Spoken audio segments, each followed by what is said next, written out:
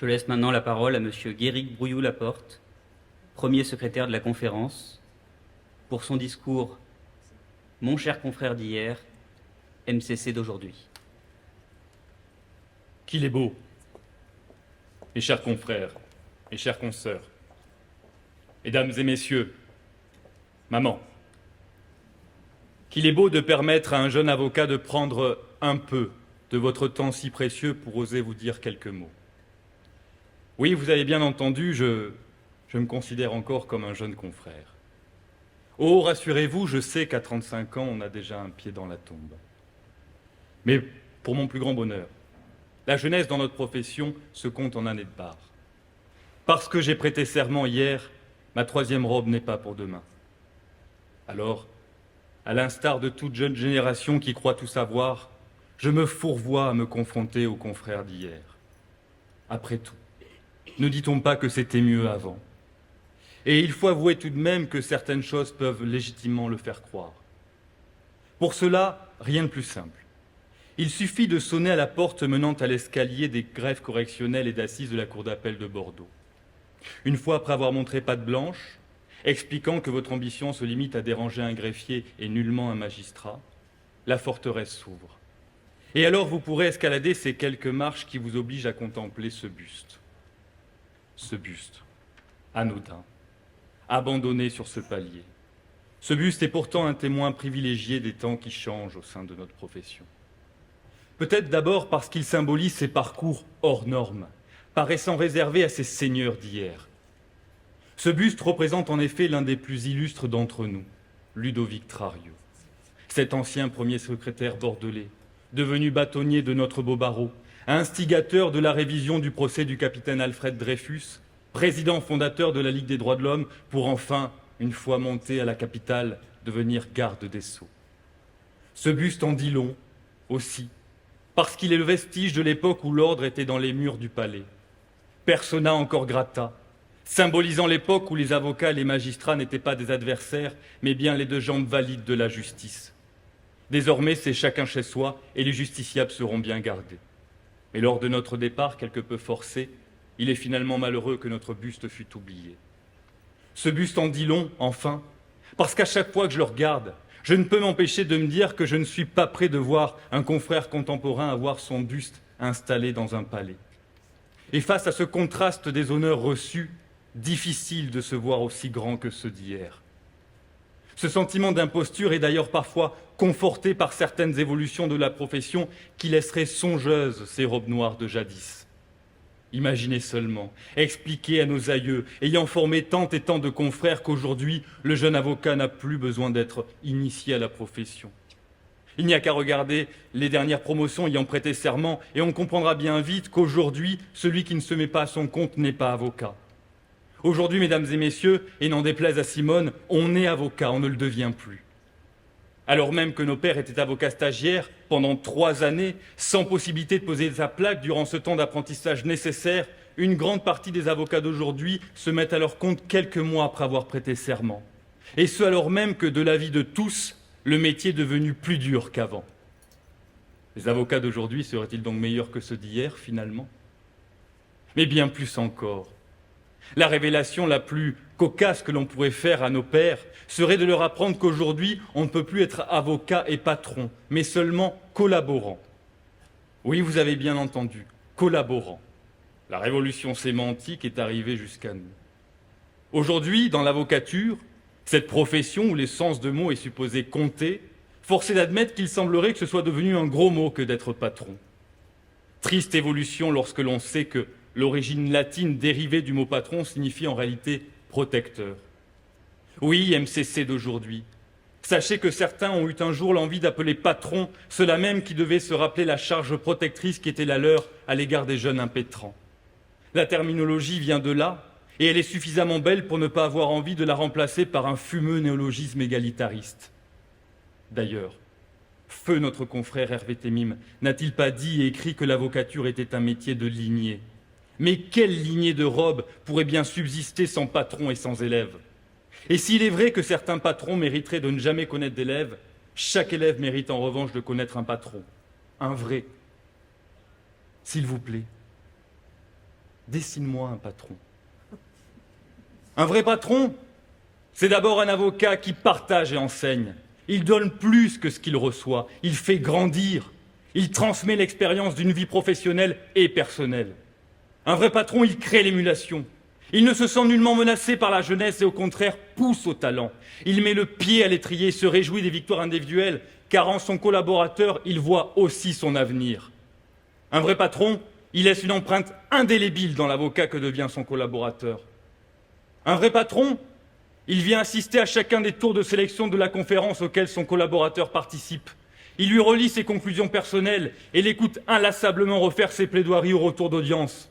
Il transmet à son collaborateur les histoires de ses pères et du vieux palais et se surprend à refaire le monde avec lui. Un vrai patron, on le respecte, on l'estime, secrètement on l'admire et parfois même on l'aime. Alors, indépendamment de tout syndrome de Stockholm, certains pourront me dire qu'un chien ne mord jamais la main de celui qui le nourrit. C'est pas faux. Et je crois finalement que nous, jeunes confrères, devrions peut-être réapprendre à rêver de devenir un jour un grand patron. Car je sais par expérience que derrière chaque grand patron se trouve un grand avocat. Et si mes allures de partisan MEDEF peuvent vous sembler contradictoires avec le chant d'un jeune confrère, soyez certains que la réalité n'est jamais aussi manichéenne. Il est temps pour moi, le vieux réac des jeunes, de révéler tout haut mon orientation professionnelle. Oui, jeunes confrères, contrairement aux apparences, je suis des vôtres. Et que croyez-vous? Parce que je porte costume et cravate, je serai épargné par le conflit de génération? Pensez-vous vraiment que je n'entends pas, tout comme vous, ces confrères et consoeurs expliquant à demi-voix que les collaborateurs, ce n'est vraiment plus ce que c'était? Qu'avant, on n'aurait jamais imaginé partir à 18h, qu'avant, jamais on n'aurait fait faire valoir ses dossiers personnels, qu'avant, on n'aurait pas fait tant de tintouin pour une petite main au cul. Depuis que l'avocat est avocat, il n'existe pas de nouvelle génération de robes noires qui ne se soit pas vue critiquée par celle-là même qui la précède. Et le plus intéressant, c'est que cette critique générationnelle vaut quel que soit le mérite du jeune confrère. Hier, Maurice Garçon nous confessait les réprimandes de son mentor quant à son habitude jugée indigne de dessiner ses confrères et les magistrats durant les débats.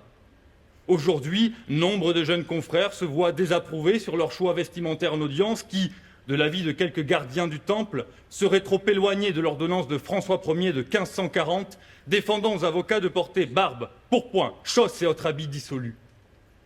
Qui a raison? À croire que, quelle que soit l'époque, les nouveaux entrants dans la profession, vulgaires mortels, ne seraient pas les égaux de ceux déjà présents et de ce passé, seuls véritables seigneurs du mont Olympe. Et concédons au moins qu'être avocat aujourd'hui n'est pas tout à fait la même chose qu'hier.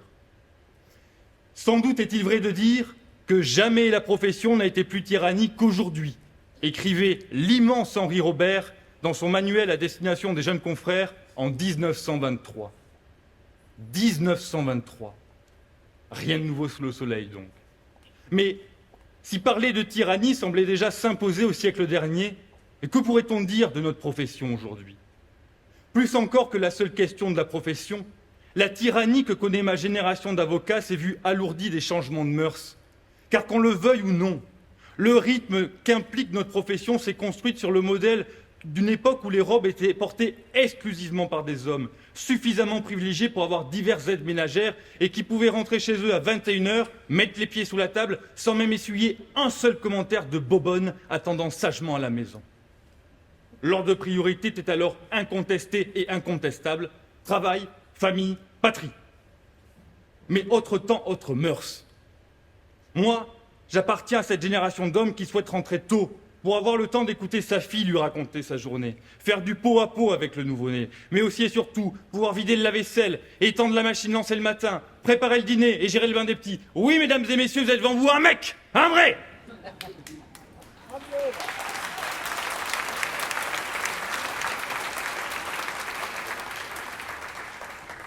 Seulement, je suis un mec d'aujourd'hui. Oui, je veux prendre ma part de la charge mentale qui pèse sur mon ménage, et je n'ai pas honte de revendiquer ce devoir d'épauler mon épouse dans ce quotidien qu'on a choisi à deux. Et aujourd'hui, je suis venu vous dire que je souffre de ne pas y parvenir. Mais si les confrères d'hier ne sont d'aucune aide sur ce sujet, il n'en est rien des consoeurs d'hier. Imaginez seulement ces nombreuses avocates qui, bien avant nous, ont dû faire face au même conflit d'arbitrage entre leurs robes et leurs familles, et ce, à une époque où de tels tiraillements étaient moqués et balayés d'un revers de main. Autre temps, autre mœurs, on peut en douter lorsque l'on constate, aujourd'hui encore, qu'il aura fallu attendre un bâtonnier femme pour que notre ordre se saisisse concrètement du sujet des besoins de garde appropriés en faveur des enfants des membres de notre barreau. Pourtant, à la différence d'hier, où seuls nos consoeurs avaient à se soucier de l'intendance, cela fait maintenant quelques générations que c'est toute la profession qui tente d'être au four et au moulin. Finalement, bien plus que la génération Y, j'ai surtout l'impression d'appartenir à la génération perdue. Perdue entre hier et demain. Peut-être alors devrais-je commencer par refuser de choisir entre être passéiste ou progressiste. Peut-être d'ailleurs me sens-je perdu car je m'essouffle à choisir un camp là où il n'y a en réalité pas d'adversaire. Oui, je crois que l'on peut être un avocat d'aujourd'hui et profondément regretter ceux d'hier. Après tout, Henri-François d'Aguesseau n'aurait-il pas déjà solutionné l'équation en affirmant lors de son discours sur l'indépendance de l'avocat en 1698 qu'il était glorieux de suivre ceux mêmes qu'on n'espère pas égaler? Oui, chers confrères d'hier, je sais que je ne vous égalerai jamais. Non, je ne ferai pas voter l'abolition de la peine de mort. Non, je ne deviendrai pas garde des sceaux. Non, je ne détiendrai pas le record d'acquittement. Mon nom ne sera même pas donné à un placard de l'EDA. Et pourtant, ma gloire sera belle. Je serai glorieux d'avoir porté la même robe que vous, de m'être inspiré de vous et d'avoir essayé, à mon niveau, de faire aussi bien que vous. Parce que nous sommes les avocats d'aujourd'hui, nous sommes nécessairement les héritiers de ceux d'hier. Et cette qualité d'héritier nous oblige. Oui, je crois sincèrement qu'il est de notre devoir de nous efforcer de conserver à notre ordre le rang et l'honneur que nos ancêtres lui ont acquis par leurs mérites et leurs travaux, et ce pour les rendre à notre tour à nos successeurs. Cette charge qui nous incombe et nous honore, elle ne nous interdit pas pour autant d'embrasser la société et les mœurs qui nous ont vus naître et grandir. Parce que nous portons la voix de la cité, nous devons d'en naître nous aussi, et d'embrasser les mœurs d'aujourd'hui. Alors c'est vrai, les générations se chevauchent et parfois s'entrechoquent, mais n'est-ce pas aussi cela qui rend notre profession si riche et si forte? Et ne faut-il pas garder à l'esprit, mes chers confrères, mes chères consoeurs, que tout jeune avocat d'aujourd'hui est appelé à devenir le père de demain? Et lorsque le temps de ma troisième robe viendra, et qu'à mon tour je grommellerai sur les impétrants, qu'il me soit alors donné de repenser à la devise qui mériterait d'être inscrite à l'intérieur de toute première robe. Impose ta chance, serre ton bonheur et va vers ton risque. À te regarder, ils s'habitueront. Alors oui, mes jeunes confrères, soyons les dignes héritiers de ceux d'hier. Osons porter la robe à notre façon, car à nous regarder, ils s'habitueront.